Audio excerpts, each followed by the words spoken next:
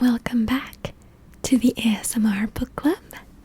This is Catherine, and today we are finishing our reading of Pride and Prejudice by Jane Austen.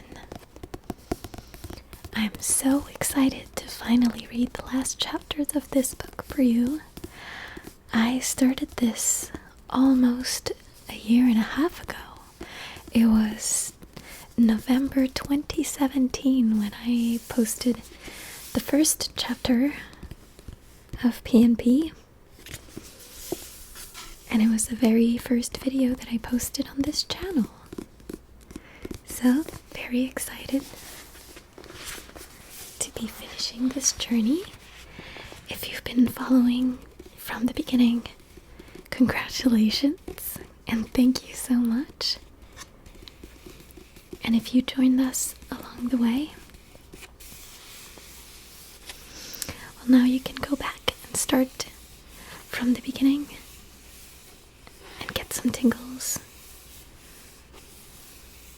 from this entire audiobook. I'm gonna try and compile the running times of these videos to see how long this audiobook is. Okay, so without waiting any longer, let us finish this reading of Pride and Prejudice by Jane Austen with chapter 16 of part 3. Instead of receiving any such letter of excuse from his friend, as Elizabeth half expected Mr. Bingley to do, he was able to bring Darcy with him to Longbourn before many days had passed after Lady Catherine's visit. The gentlemen arrived early, and before Mrs. Bennet had time to tell him of their having seen his aunt, of which her daughter sat in momentary dread, Bingley, who wanted to be alone with Jane, proposed their all walking out. It was agreed to. Mrs. Bennet was not in the habit of walking. Mary could never spare time, but the remaining 5 set off together. Bingley and Jane, however, soon allowed the others to outstrip them. They lagged behind, while Elizabeth, Kitty, and Darcy were to entertain each other. Very little was said by either. Kitty was too much afraid of him to talk. Elizabeth was secretly forming a desperate resolution, and perhaps he might be doing the same. They walked towards the Lucases because Kitty wished to call upon Maria, and as Elizabeth saw no occasion for making it a general concern, when Kitty left them, she went boldly on with him alone. Now was the moment for her resolution to be executed, and while her courage was high, she immediately said,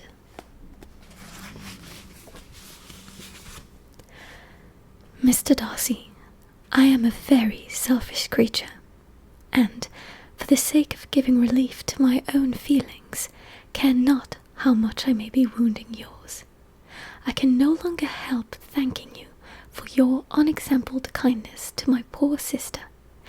Ever since I have known it, I have been most anxious to acknowledge to you how gratefully I feel it.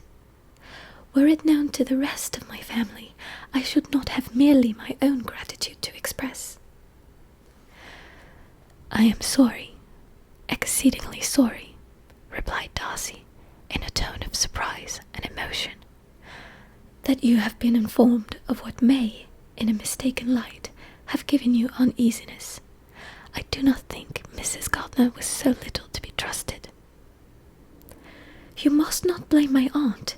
Lydia's thoughtlessness first betrayed to me that you had been concerned in the matter, and of course I could not rest till I knew the particulars. Let me thank you again and again, in the name of all my family, for that generous compassion which induced you to take so much trouble and bear so many mortifications for the sake of discovering them." "If you will thank me," he replied, "let it be for yourself alone. That the wish of giving happiness to you might add force to the other inducement which led me on, I shall not attempt to deny. But your family owe me nothing. Much as I respect them, I believe I thought only of you. Elizabeth was too much embarrassed to say a word. After a short pause, her companion added, You are too generous to trifle with me. If your feelings are still what they were last April, tell me so at once.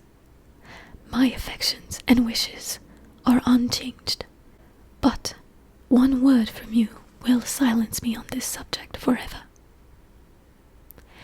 Elizabeth, feeling all the more than common awkwardness and anxiety of her situation, now forced herself to speak, and immediately, though not very fluently, gave him to understand that her sentiments had undergone so material a change since the period to which he alluded, as to make her receive with gratitude and pleasure his present assurances. The happiness which this reply produced was such as he had probably never felt before, and he expressed himself on the occasion as sensibly and as warmly as a man violently in love can be supposed to. Had Elizabeth been able to encounter his eye, she might have seen how well the expression of heartfelt delight diffused over his face became him. But though she could not look, she could listen, and he told her of feelings which, in proving of what importance she was to him, made his affection every moment more valuable. They walked on, without knowing in what direction. There was too much to be thought and felt and said for attention of any other subjects. She soon learned that they were indebted for the present good understanding to the efforts of his aunt, who did call on him in her return through London, and there relate her journey to Longbourn, its motive, and the substance of her conversation with Elizabeth, dwelling emphatically on every expression of the latter, which, in her ladyship's apprehension, peculiarly denoted her perverseness and assurance in the belief that such a relation must assist her endeavours to obtain that promise from her nephew, which she had refused to give. But, unluckily for her ladyship, its effect had been exactly contrariwise.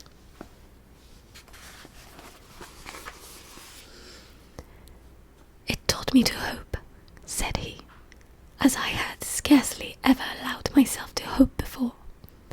I knew enough of your disposition to be certain that, had you been absolutely, irrevocably decided against me, you would have acknowledged it to Lady Catherine, frankly and openly. Elizabeth coloured and laughed as she replied, Yes, you know enough of my frankness to believe me capable of that. After abusing you so abominably to your face, I could have no scruple in abusing you to all your relations. What did you say of me that I did not deserve? For though your accusations were ill-founded, formed on mistaken premises, my behaviour to you at the time had merited the severest reproof. It was unpardonable. I cannot think of it without abhorrence. We will not quarrel for the greater share of blame annexed to that evening, said Elizabeth. The conduct of neither, if strictly examined, will be irreproachable. But since then, we have both, I hope, improved in civility.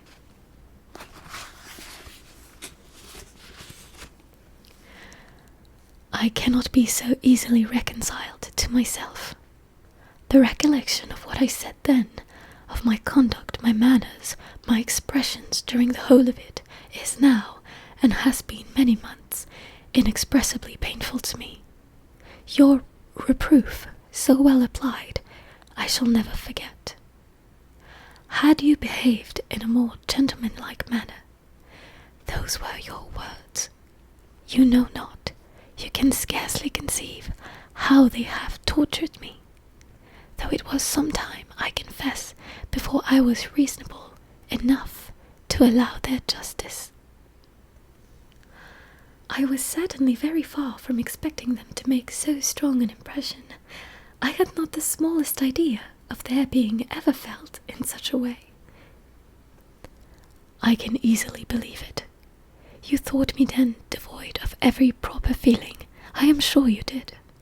The turn of your countenance I shall never forget, as you said that I could not have addressed you in any possible way that would induce you to accept me. Oh, do not repeat what I then said. These recollections will not do at all. I assure you that I have long been most heartily ashamed of it. Darcy mentioned his letter. Did it, said he, did it soon make you think better of me? Did you, on reading it, give any credit to its contents? She explained what its effect on her had been, and how gradually all her former prejudices had been removed. I knew, said he, that what I wrote must give you pain, but it was necessary. I hope you have destroyed the letter. There was one part especially, the opening of it, which I should dread your having the power of reading again. I can remember some expressions which might justly make you hate me. The letter shall certainly be burnt, if you believe it essential to the preservation of my regard, but though we have both reason to think my opinions not entirely unalterable, they are not, I hope, quite so easily changed as that implies. When I wrote that letter, replied Darcy, I believed myself perfectly calm and cool, but I am since convinced that it was written in a dreadful bitterness of spirit. The letter, perhaps, began in bitterness, but it did not end so. The adieu is charity itself. But think no more of the letter.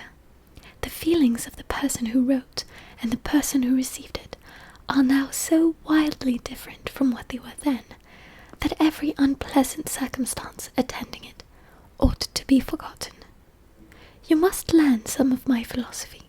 Think only of the past, as its remembrance gives you pleasure. I cannot give you credit for any philosophy of the kind. Your retrospections must be so totally void of reproach, that the contentment arising from them is not of philosophy, but what is much better, of ignorance. But with me it is not so.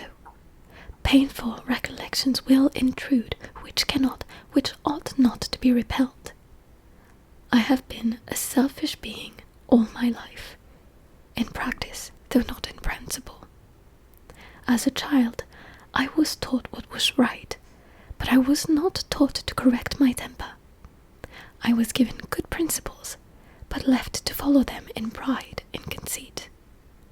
Unfortunately an only son, for many years an only child, I was spoilt by my parents, who, though good themselves, my father particularly, all that was benevolent and amiable, allowed, encouraged, almost taught me to be selfish and overbearing, to care for none beyond my own family circle, to think meanly of all the rest of the world, to wish at least to think meanly of their sense and worth compared with my own. Such I was from 8 to 28, and such I might still have been but for you, dearest, loveliest Elizabeth. What do I not owe you? You taught me a lesson, hard indeed at first, but most advantageous. By you I was properly humbled. I came to you without a doubt of my reception. You showed me how insufficient were all my pretensions to please a woman worthy of being pleased. Had you then persuaded yourself that I should? Indeed I had. What will you think of my vanity? I believed you to be wishing, expecting my addresses. My manners must have been in fault, but not intentionally, I assure you. I never meant to deceive you, but my spirits might often lead me wrong. How you must have hated me after that evening. Hate you? I was angry perhaps at first, but my anger soon began to take a proper direction. I am almost afraid of asking what you thought of me when we met at Pemberley. You blamed me for coming. No, indeed, I felt nothing but surprise. Your surprise could not be greater than mine. In being noticed by you, my conscience told me that I deserved no extraordinary politeness, and I confess that I did not expect to receive more than my due. My object, then, replied Darcy, was to show you by every civility in my power that I was not so mean as to resent the past, and I had hoped to obtain your forgiveness, to lessen your ill opinion, by letting you see that your reproofs had been attended to. How soon any other wishes introduced themselves I can hardly tell, but I believe in about half an hour after I had seen you. He then told her of Georgiana's delight in her acquaintance, and of her disappointment at its sudden interruption, which naturally leading to the cause of that interruption, she soon learnt that his resolution of following her from Derbyshire in quest of her sister had been formed before he quitted the inn, and that his gravity and thoughtfulness there had arisen from no other struggles than what such a purpose must comprehend. She expressed her gratitude again, but it was too painful a subject to each to be dwelt on farther. After walking several miles in a leisurely manner, and too busy to know anything about it, they found at last, on examining their watches, that it was time to be at home. What could become of Mr. Bingley and Jane was a wonder which introduced the discussion of their affairs. Darcy was delighted with their engagement. His friend had given him the earliest information of it. "I must ask whether you were surprised," said Elizabeth. "Not at all. When I went away, I felt that it would soon happen." "That is to say, you had given your permission." "I guessed as much." And though he exclaimed at the time, she found that it had been pretty much the case. "On the evening before my going to London," said he, "I made a confession to him, which I believed I ought to have made a long time ago. I told him of all that had occurred to make my former interference in his affairs absurd and impertinent. His surprise was great. He had never had the slightest suspicion.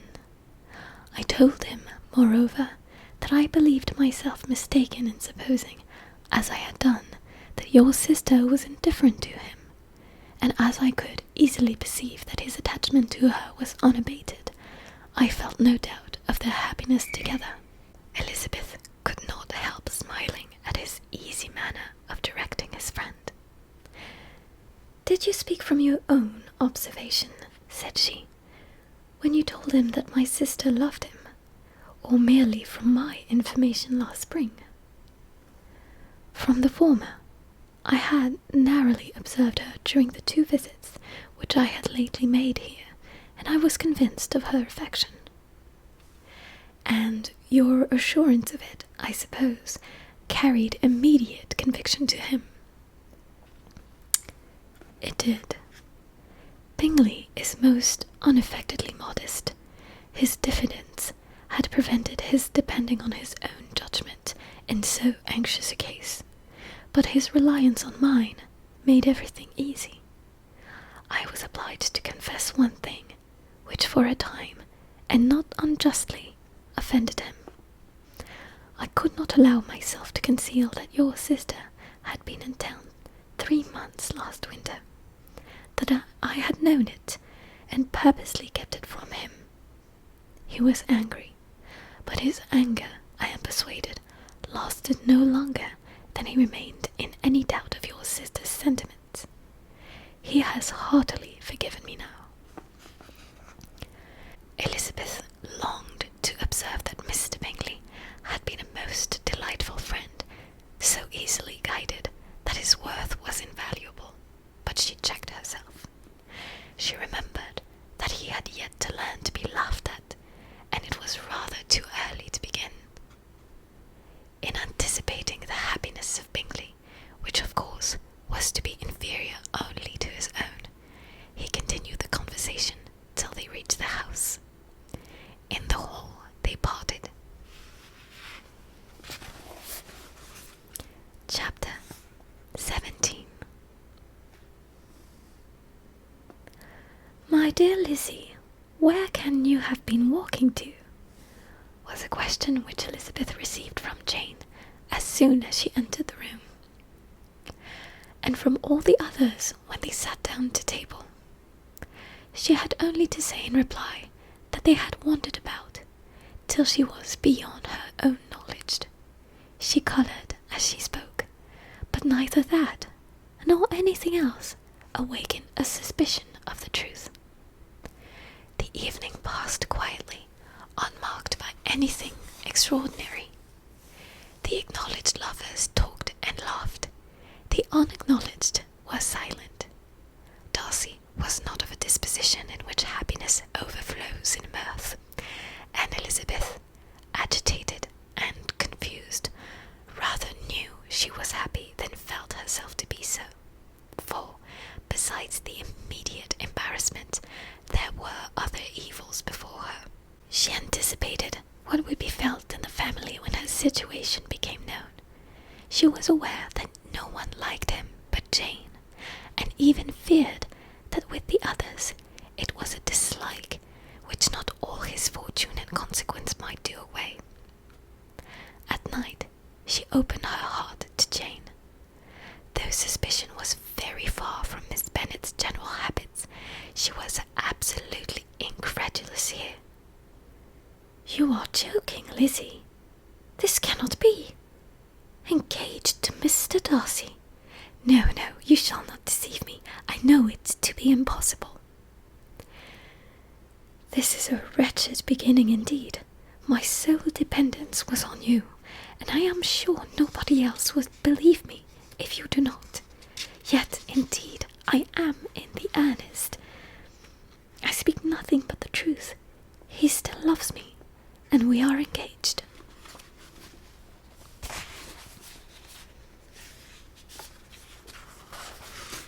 Jane looked at her doubtingly.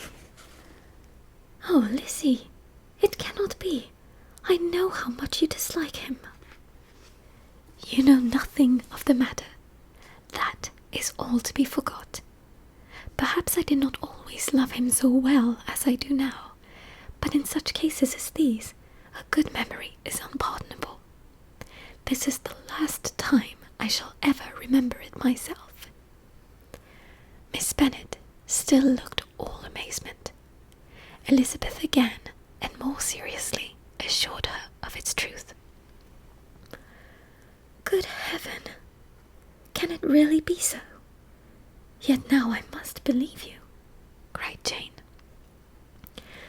"My dear, dear Lizzie, I do congratulate you, but are you certain? Forgive the question. Are you quite certain that you can be happy with him?" "There can be no doubt of that. It is settled between us already that we are to be the happiest couple in the world. But are you pleased, Jane? Shall you like to have such a brother?" "Oh, very, very much. Nothing could give either Bingley or myself more delight, but we considered it, we talked of it as impossible. And do you really love him quite well enough? Oh, Lizzie, do anything rather than marry without affection. Are you quite sure that you feel what you ought to do?" "Oh, yes. You will only think I feel more than I ought to do when I tell you all." "What do you mean?" "Why, I must confess was that I love him better than I do Bingley. I am afraid you will be angry. My dearest sister, now be serious. I want to talk very seriously. Let me know everything that I am to know without delay. Will you tell me how long you have loved him? It's been coming on so gradually that I hardly know when it began, but I believe I must date it from my first seeing his beautiful grounds at Pemberley. Another entreaty that she would be serious, however, produced the desired effect, and she soon satisfied Jane by her solemn assurances of attachment. When convinced on that article, Miss Bennet had nothing farther to wish. Now I am quite happy, said she, for you will be as happy as myself. I always had a value for him. Were it for nothing but his love for you, I must have always esteemed him. But now, as Bingley's friend and your husband, there can be only Bingley and yourself more dear to me. But Lizzie, you have been very sly, very reserved with me. How little did you tell me of what passed at Pemberley and Lambton? I owe all that I know of it to another, not to you. Elizabeth told her the motives of her secrecy. She had been unwilling to mention Bingley, and the unsettled state of her own feelings had made her equally avoid the name of his friend. But now she would no longer conceal from her his share in Lydia's marriage. All was acknowledged, and half the night spent in conversation.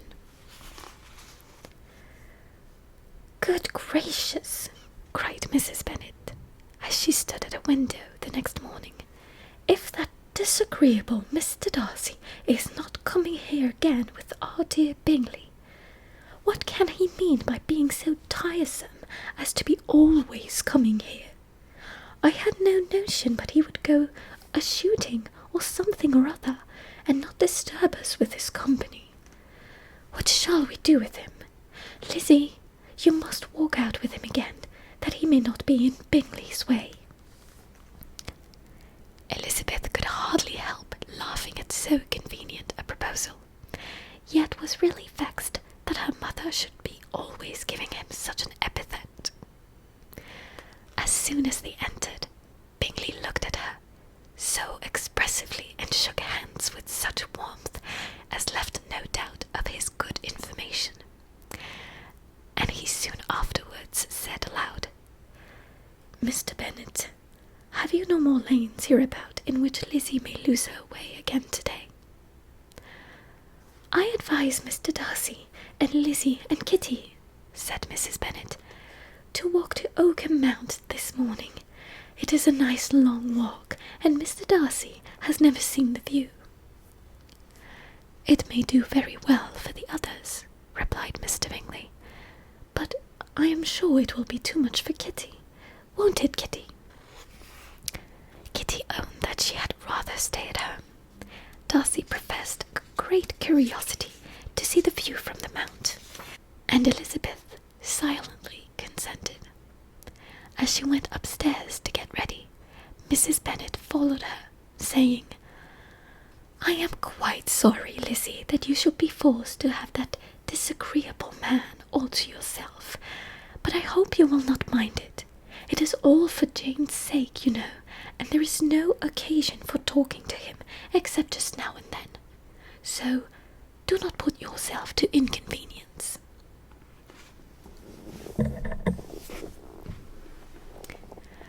During their walk, it was resolved that Mr. Bennet's consent should be asked in the course of the evening.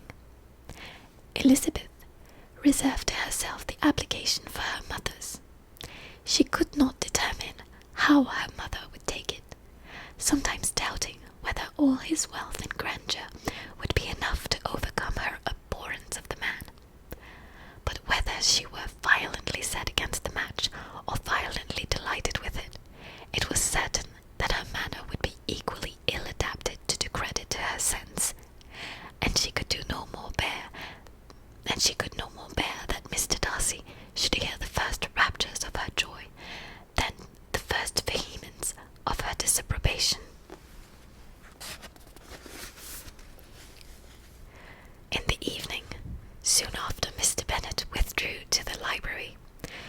saw Mr. Darcy rise also and follow him, and her agitation on seeing it was extreme.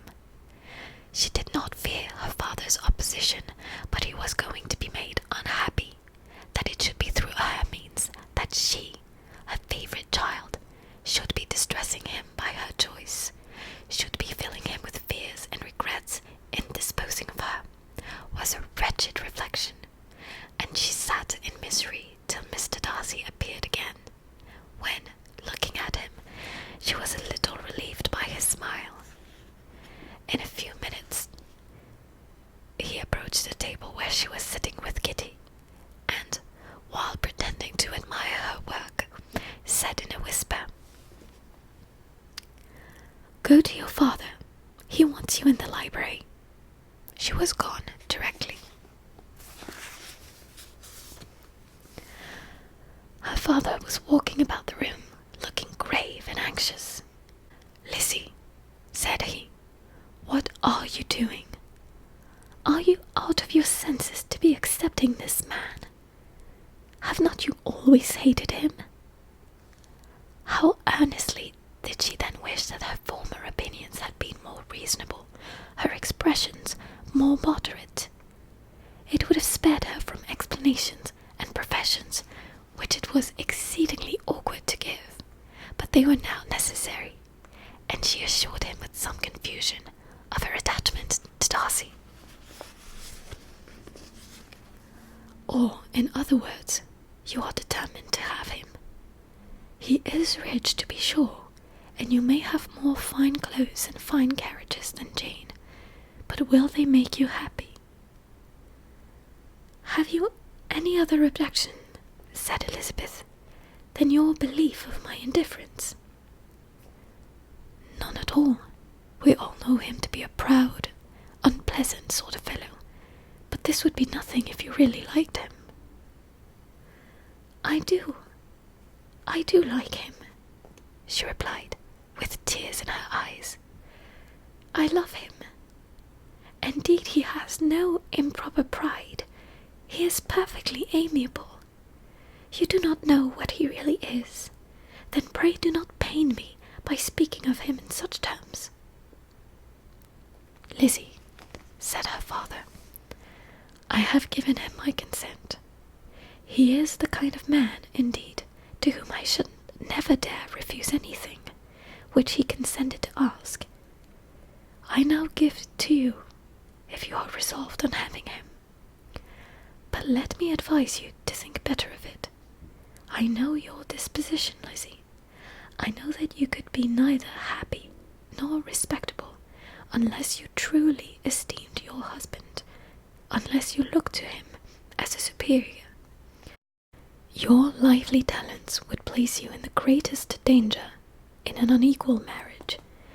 You could scarcely escape discredit and misery. My child, let me not have the grief of seeing you unable to respect your partner in life. You know not what you are about.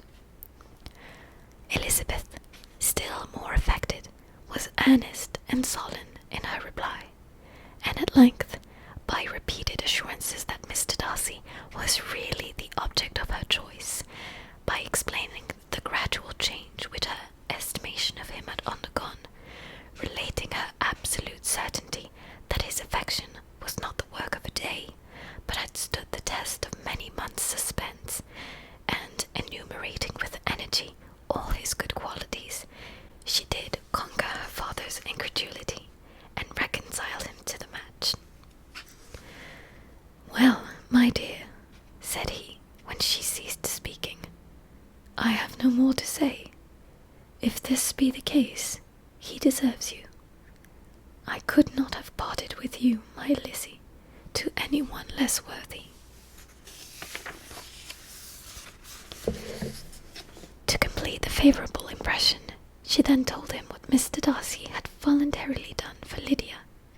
He heard her with astonishment. This is an evening of wonders, indeed.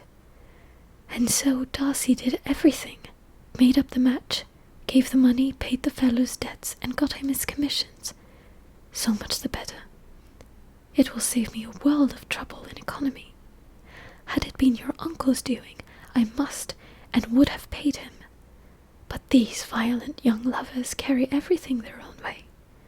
I shall offer to pay him tomorrow, and he will rant and storm about his love for you, and there will be an end of the matter."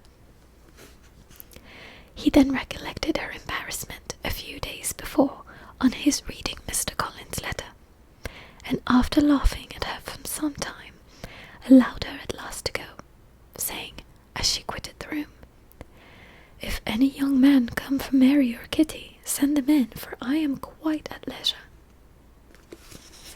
Elizabeth's mind was now relieved from a very heavy weight, and, after half an hour's quiet reflection in her own room, she was able to join the others with tolerable composure. Everything was too recent for gaiety, but the evening passed tranquilly away. There was no longer anything material to be dreaded, and the comfort of ease and familiarity would come in time. When her mother went up to her dressing room at night, she followed her, and made the important communication. Its effect was most extraordinary, for on first hearing it, Mrs. Bennet sat quite still, and unable to utter a syllable. Nor was it under many, many minutes that she could comprehend what she heard, though not in general backward to credit what was for the advantage of her family, or that came in the shape of a lover to any of them. She began at length to recover, to fidget about in her chair, get up, sit down again, wonder, and bless herself. "Good gracious! Lord bless me, only think, dear me, Mr. Darcy, who would have thought it?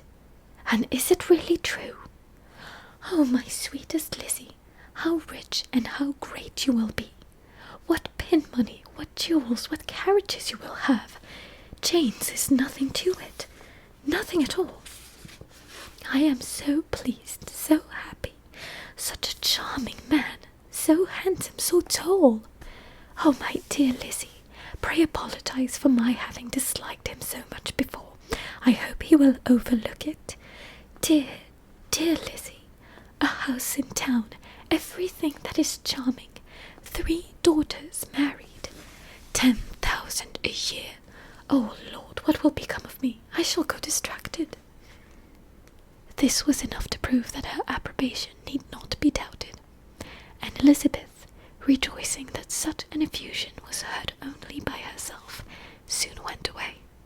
But before she had been 3 minutes in her own room, her mother followed her. "My dearest child," she cried, "I can think of nothing else. 10,000 a year, and very likely more. 'Tis as good as a lord, and a special license. You must and shall be married by a special license. But, my dearest love, tell me what dish Mr. Darcy is particularly fond of, that I may have it tomorrow." This was a sad omen of what her mother's behaviour to the gentleman himself might be, and Elizabeth found that though in the certain possession of his warmest affection, and secure of her relations' consent, there was still something to be wished for. But the morrow passed off much better than she expected, for Mrs. Bennet luckily stood in such awe of her intended son-in-law that she ventured not to speak to him unless it was in her power to offer him any attention or mark her deference in his opinion. Elizabeth had the satisfaction of seeing her father taking pains to get acquainted with him, and Mr. Bennet soon assured her that he was rising every hour in his esteem. "I admire my 3 sons-in-law highly," said he. "Wickham, perhaps, is my favourite, but I think I shall like your husband quite as well as Jane's."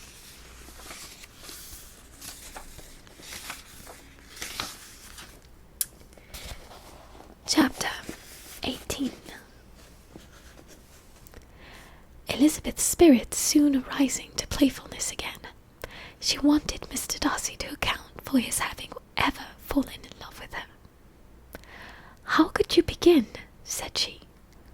"I can comprehend your going on charmingly once you had made a beginning, But what could set you off in the first place? I cannot fix on the hour, or the spot, or the look, or the words which laid the foundation. It is too long ago. I was in the middle before I knew I had begun. My beauty you had early withstood, and as for my manners, my behaviour to you was at least always bordering on the uncivil, and I never spoke to you without rather wishing to give you pain than not. Now be sincere. Did you admire me for my impertinence? For the liveliness of your mind, I did. You may as well call it impertinence at once. It was very little less. The fact is that you were sick of civility, of deference, of officious attention. You were disgusted with the women who were always speaking and looking and thinking of your approbation alone. I aroused and interested you because I was so unlike them.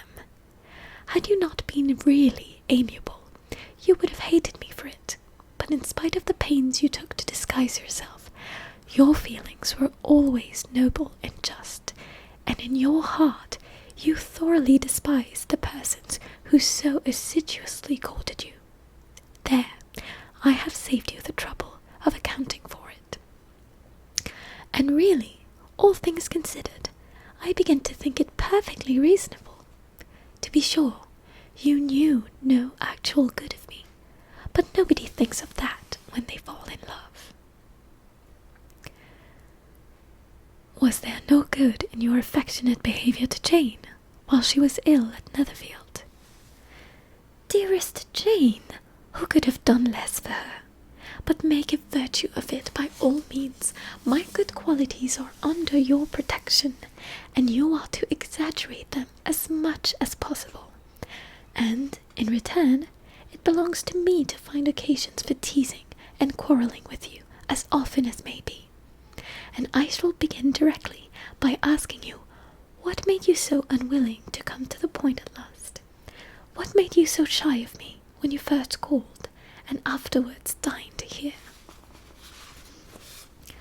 Why, especially when you called, did you look as if you did not care about me?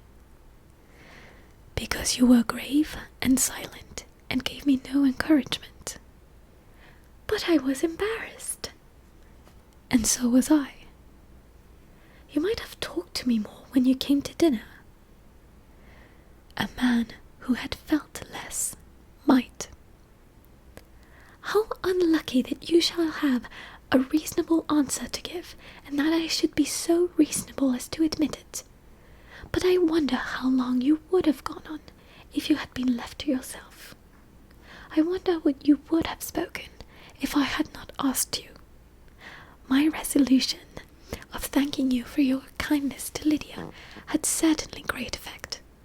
Too much, I am afraid, for what becomes of the moral if your comfort springs from a breach of promise? For I ought not to have mentioned the subject. This will never do. You need not distress yourself. The moral will be perfectly fair. Lady Catherine's unjustifiable endeavours to separate us were the means of removing all my doubts. I am not indebted for my present happiness to your eager desire of expressing your gratitude. I was not in a humour to wait for any opening of yours. My aunt's intelligence had given me hope, and I was determined at once to know everything. Lady Catherine has been of infinite use, which ought to make her happy, for she loves to be of use. But tell me, what did you come down to Netherfield for? Was it merely to ride to Longbourn and be embarrassed, or had you intended any more serious consequence? But tell me, what did you come down to Netherfield for? Was it merely to ride to Longbourn and be embarrassed, or had you intended any more serious consequence? My real purpose was to see you, and to judge if I could whether I might ever hope to make you love me. My avowed one, or what I avowed to myself, was to see whether your sister was still partial to Bingley, and if she were, to make the confession to him which I have since made. Shall you ever have the courage to announce to Lady Catherine what is to befall her? I am more likely to want time than courage, Elizabeth, but it ought to be done, and if you will give me a sheet of paper, it shall be done directly. And if I had not a letter to write myself, I might sit by you and admire the evenness of your writing, as another young lady once did. But I have an aunt, too, who must not be longer neglected. From an unwillingness to confess how much her intimacy with Mr. Darcy had been overrated, Elizabeth had yet never answered Mrs. Gardner's long letter, but now, having that to communicate, which she knew would be most welcome, she was almost ashamed to find that her uncle and aunt had already lost 3 days of happiness, and immediately wrote as follows.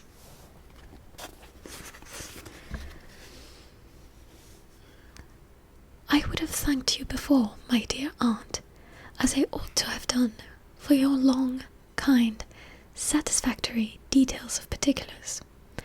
But to say the truth, I was too cross to write. You supposed more than really existed. But now suppose as much as you choose. Give a loose to your fancy, indulge your imagination in every possible flight which the subject will afford, and unless you believe me actually married, you cannot greatly err. You must write again very soon, and praise him a great deal more than you did in the past. I thank you again and again for not going to the lakes. How could I be so silly as to wish it? Your idea of the ponies is delightful. We will go round the park every day. I am the happiest creature in the world. Perhaps other people have said so before, but no, not one with such justice. I am happier even than Jane. She only smiles. I laugh. Mr. Darcy sends you all the love in the world that he can spare from me. You are all to come to Pemberley at Christmas. Yours, etc. Mr. Darcy's letter to Lady Catherine was in a different style, and still different from either was what Mr. Bennet sent to Mr. Collins in reply to his last. Dear Sir, I must trouble you once more for congratulations. Elizabeth will soon be the wife of Mr. Darcy. Console Lady Catherine as well you can. But if I were you, I would stand by the nephew. He has more to give. Yours sincerely, etc. Miss Bingley's congratulations to her brother on his approaching marriage were all that was affectionate and insincere. She wrote even to Jane on the occasion to express her delight and repeat all her former professions of regard.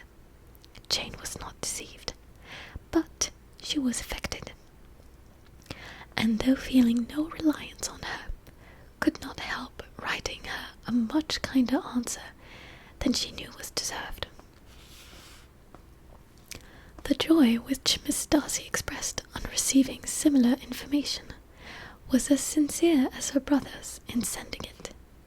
4 sides of paper were insufficient to contain all her delight and all her earnest desire of being loved by her sister. Before any answer could arrive from Mr. Collins, or any congratulations to Elizabeth from his wife, the Longbourn family heard that the Collinses were to come themselves to Lucas Lodge.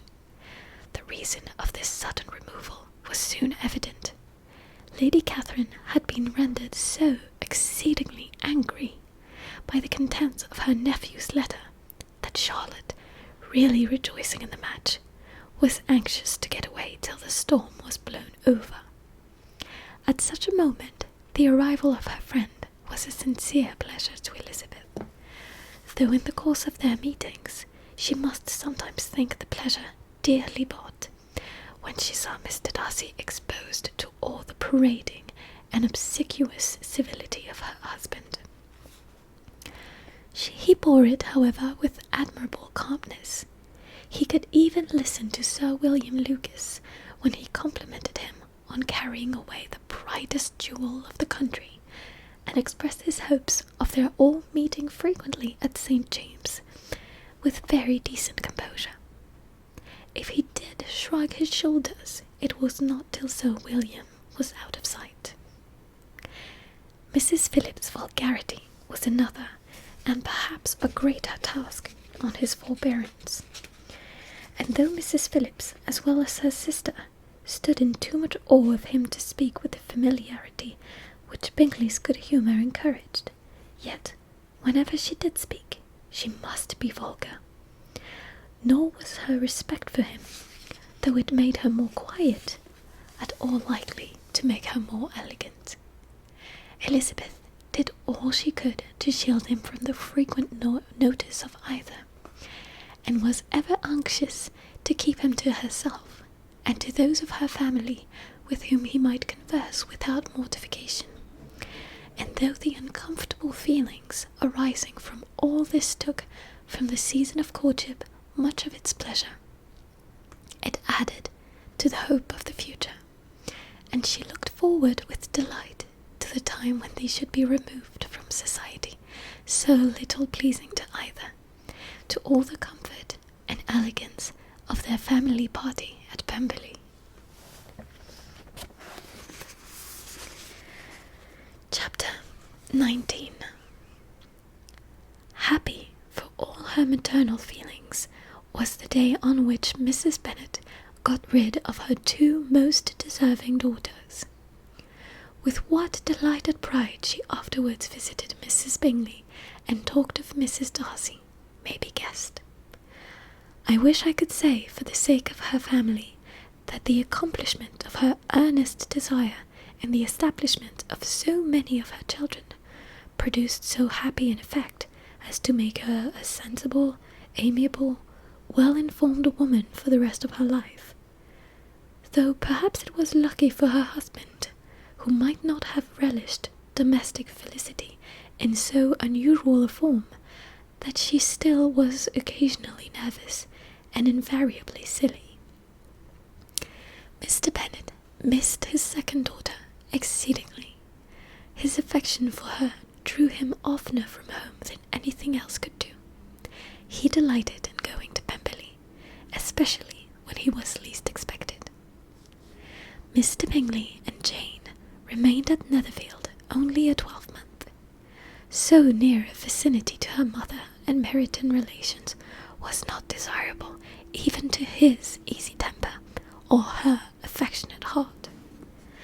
The darling wish of his sisters was then gratified. He bought an estate in a neighbouring county to Derbyshire, and Jane and Elizabeth, in addition to every other source of happiness, were within 30 miles of each other. Kitty, to her very material advantage, spent the chief of her time with her two elder sisters.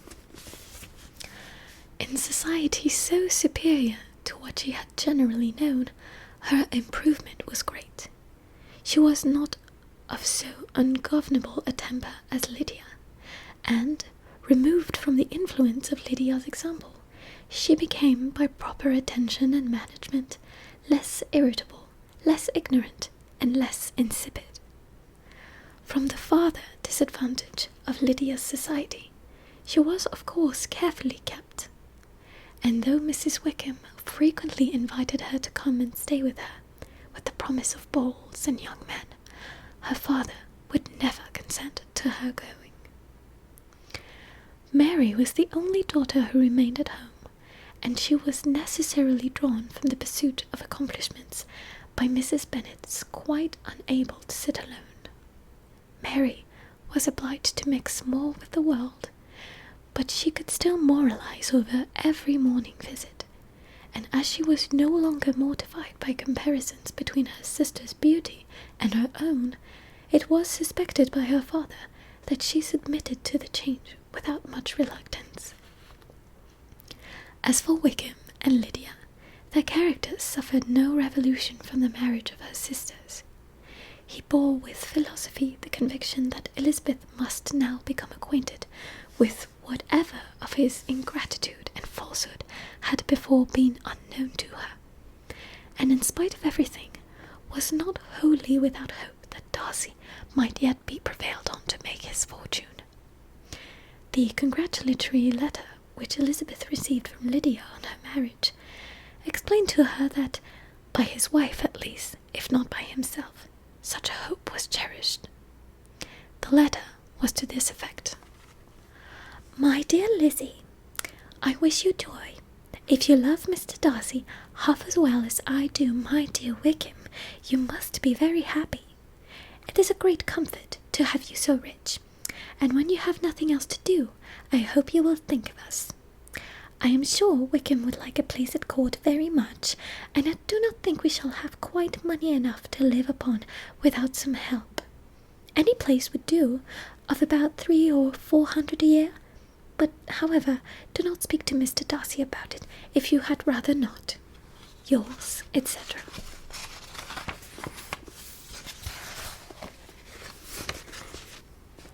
As it happened that Elizabeth had much rather not, she endeavoured in her answer to put an end to every entreaty and expectation of the kind.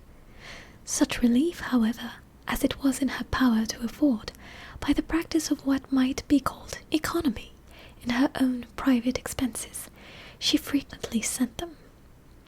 It had always been evident to her that such an income as theirs, under the direction of two persons so extravagant in their wants and heedless of the future, must be very insufficient to their support, and, whenever they changed their quarters, either Jane or herself were sure to be applied to, for some little assistance towards discharging their bills. Their manner of living, even when the restoration of peace dismissed them to a home, was unsettled in the extreme. They were always moving from place to place in quest of a cheap situation, and always spending more than they ought. His affection for her soon sunk into indifference. Hers lasted a little longer, and in spite of her youth and her manners, she retained all the claims to reputation which her marriage had given her. Though Darcy could not receive him at Pemberley yet, for Elizabeth's sake he assisted him farther in his profession. Lydia was occasionally a visitor there, when her husband was gone to enjoy himself in London or Bath, and with the Bingleys, they both of them frequently stayed so long that even Bingley's good humour was overcome, and he proceeded so far as to talk of giving them a hint to be gone. Miss Bingley was very deeply mortified by Darcy's marriage, but, as she thought it advisable to retain the right of visiting at Pemberley, she dropped all her resentment, was fonder than ever of Georgiana, almost as attentive to Darcy as heretofore, and paid off every arrear of civility to Elizabeth. Pemberley was now Georgiana's home, and the attachment of the sisters was exactly what Darcy had hoped to see. They were able to love each other even as well as they intended. Georgiana had the highest opinion in the world of Elizabeth, though at first she often listened with an astonishment bordering on the alarm at her lively, sportive manner of talking to her brother. He, who had always inspired in herself a respect which almost overcame her affection, she now saw the object of open pleasantry. Her mind received knowledge which had never before fallen in her way.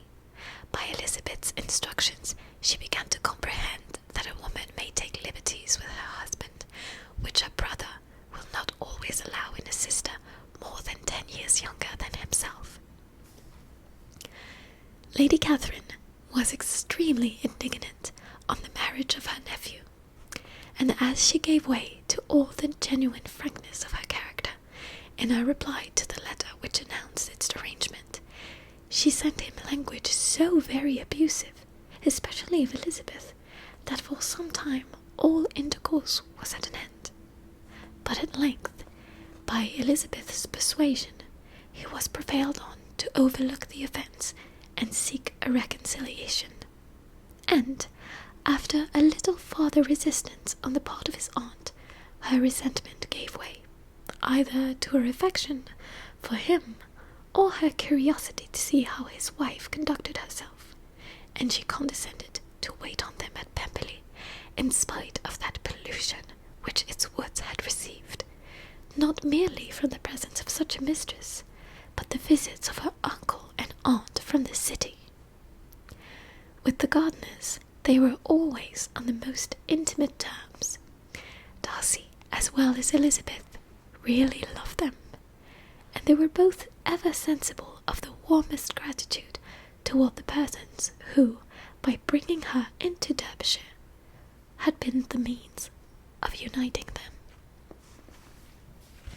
The end.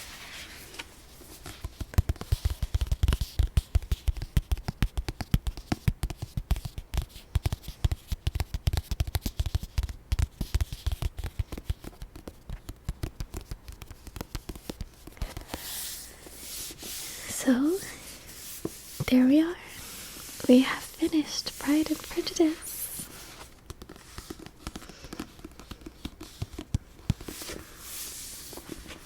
I love the ending. I love the chemistry between Lizzie and Darcy in the last chapters. You can really see that they're well suited for each other and that they'll be happy. And I love a happy ending. I also love that we get to see sort of what happens with everyone else.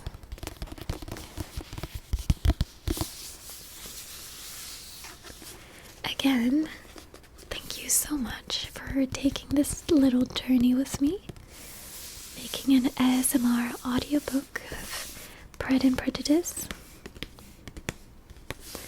I hope you enjoyed it. Let me know in the comments when you started following this audiobook, if you've been there since the beginning, or if you joined us more recently, and did you listen to every chapter or just a few of them, and how familiar you were with the books before we started this. I would love to hear your comments on this. So thank you so much for being with me, and I hope I'll see you all again soon at the ASMR